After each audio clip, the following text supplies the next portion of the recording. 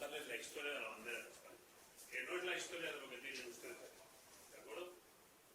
Tiene relación, pero no es lo mismo. Estos son banderas de combate, réplicas de las banderas de combate que están en el Museo del Ejército en Toledo, ¿de acuerdo?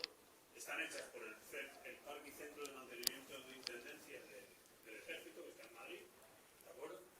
Y son copias reales de lo que ustedes pueden ver cuando visitan el Museo del Ejército en Madrid, en Toledo.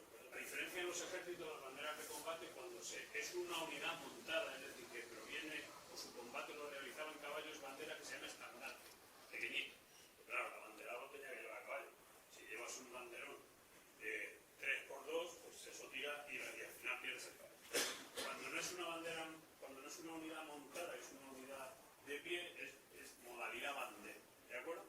Yo lo que les quiero hablar es sobre la historia de la bandera de España, porque, como decía yo, vemos las banderas de combate y confundimos los términos, y a mí no me gustaría que se confundan los términos, ¿de acuerdo? Vale. Vamos a ver unos pocos de antecedentes a la bandera nacional. ¿Cuál fue la decisión real y quién la dio? ¿De acuerdo? La bandera de España, que es de 1785, ¿vale? La bandera nacional, los colores de la bandera nacional que a día de hoy tenemos es de 1785.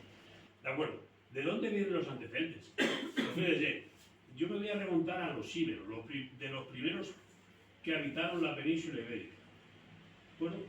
Hay una cosa diferenciadora en los íberos, que para diferenciarse en combate llevaban en el casco, era un casco de piel, y llevaban un penacho rojo, ¿vale? Llevaban un penacho que era rojo, lo que les diferenciaba en el combate, y el jefe íbero todo el mundo sabía quién era. La finalidad de ese casco era diferenciar unas tropas de otras, ¿de acuerdo?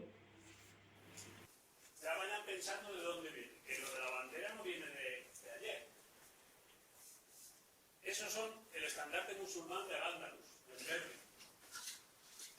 El estandarte musulmán de las Navas de Tolosa, vuelve a aparecer el rojo, es decir, la península ibérica y el rojo tiene algo que ver. Este es el primer pendón que aparece ahí, que es el de los reyes católicos, en el cual lo que intenta, la heráldica en este caso, lo que intenta es hacer visible a todo el mundo los reinos que se iban uniendo y conformando España. Es decir, aparece el reino de León, el reino de Castilla, el reino de Aragón, el reino de Sicilia, ¿de acuerdo? Y conforme iban integrando reinos, iban apareciendo en el pendón. Aquí ya estamos, Carlos I, ¿vale? Austrias, lo tienen al lado de los reyes católicos, amarillo. Es decir, el color de los Austrias es amarillo, el de los íberos rojo. Vaya que ya va llegando el fin, ¿de acuerdo? El hijo de Carlos I, ¿vale?, mezcla amarillo y rojo por primera vez en su pendón, ¿de acuerdo? Ahí lo tienen, que lo tienen ahí también, ¿vale? Luego está la bandera de los tercios de Felipe II, los que combatían en Flandes, los que combatían en Italia, ¿vale? Y todos son igual, la cruz de San Andrés con fondo amarillo. Luego, dependiendo del tercio, fueron cambiando a blanco, a azul y celeste, si era del Duque de Alba, si era... ¿De acuerdo? Pero todos quedan con la cruz de San Andrés. Estos ya, los de Flandes, aquel de Felipe II, ¿de acuerdo? Pero ya hemos pasado al blanco. Y hemos pasado al blanco porque hemos cambiado de dinastía. Hemos pasado de amarillo, que eran los Austrias, a blanco, que eran los Borbones. Ahí está el pendón real de Felipe V, el primer Borbón, que nos llega a España, blanco. ¿Pero qué pasaba con el blanco? Que el blanco, todas las dinastías borbones tenían el blanco como color diferenciador de su dinastía. Cada uno con su escudo real diferente. Felipe V era diferente al que estaba en Francia, pero el color de fondo era blanco. ¿Qué lo pasaba? Porque se confundían.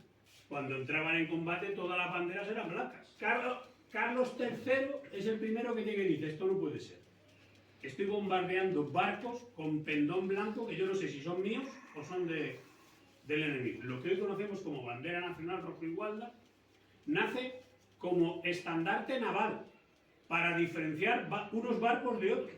Y a este señor, que era el capitán general de la Armada, le dice: hazme una propuesta. Este señor presenta todas estas propuestas. Todas ellas. ¿Eh? ¿Para qué? Él lo hace en base a la tradición, volvemos a decir. Si ven, la mayoría de las combinaciones son rojo-amarillo, que pudo ser cualquiera de estas, ¿eh? Y al final, esa fue la que escogió el rey, ¿vale? Y el Carlos III determina que esa es la bandera del pabellón naval de sus buques de guerra. No es bandera nacional. Él determina que esa es la bandera naval de buques de guerra. ¿De acuerdo? No, él no la instaura como bandera nacional. Hay en buques de guerra, en buques mercantes, para diferenciar unos buques de otros. Es decir, los galeones que transportaban todas las especierías y todo el tráfico de América, que no eran navales, o sea, que no eran de la Armada, llevaban ese pabellón. Y este era el de los buques de guerra, para diferenciar unos buques de otros. Pero tal fue el carisma que cogió esa bandera y tanto gustó, que las tropas y la ciudadanía la hizo suya. Luego, esto no es una bandera que se ha impuesto, sino que los españoles la hemos acogido. ¿Nos gustó? Los españoles de la época de Carlos III. Les gustó y la hicieron suya, sin que nadie les dijera que esa era su bandera. Y al final, en 1793, se ordena que se utilice por todas las unidades militares. Y entonces la gente empieza a entenderla como bandera nacional.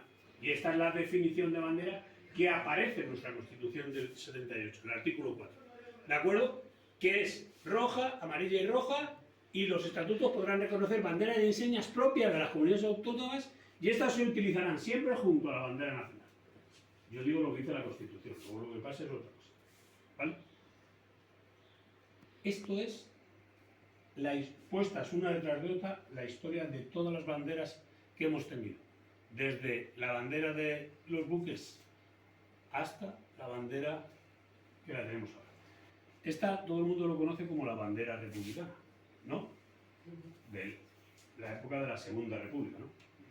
En heráldica militar, y además me encanta tener esta detrás, el morado significa,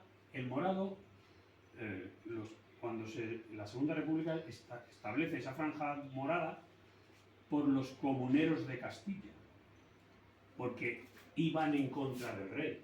Mentira. Los comuneros de Castilla iban a favor de un rey que no era el rey Borbón, pero iban a favor de un rey. Porque en heráldica militar, el morado significa las armas del rey.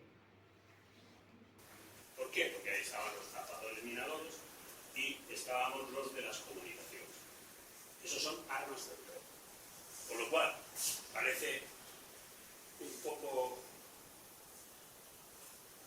que no cuadra mucho que en la bandera de la República en contra del rey se pone el morado, que es el color de las armas. La exposición son banderas de combate de diferentes épocas, de unidades militares, que han ido cambiando de acuerdo a cómo estaba la bandera nacional. Estas últimas ven que es la bandera nacional con el símbolo del arma al cual servía y la cruz de San Andrés insertada. Esto ya no se puede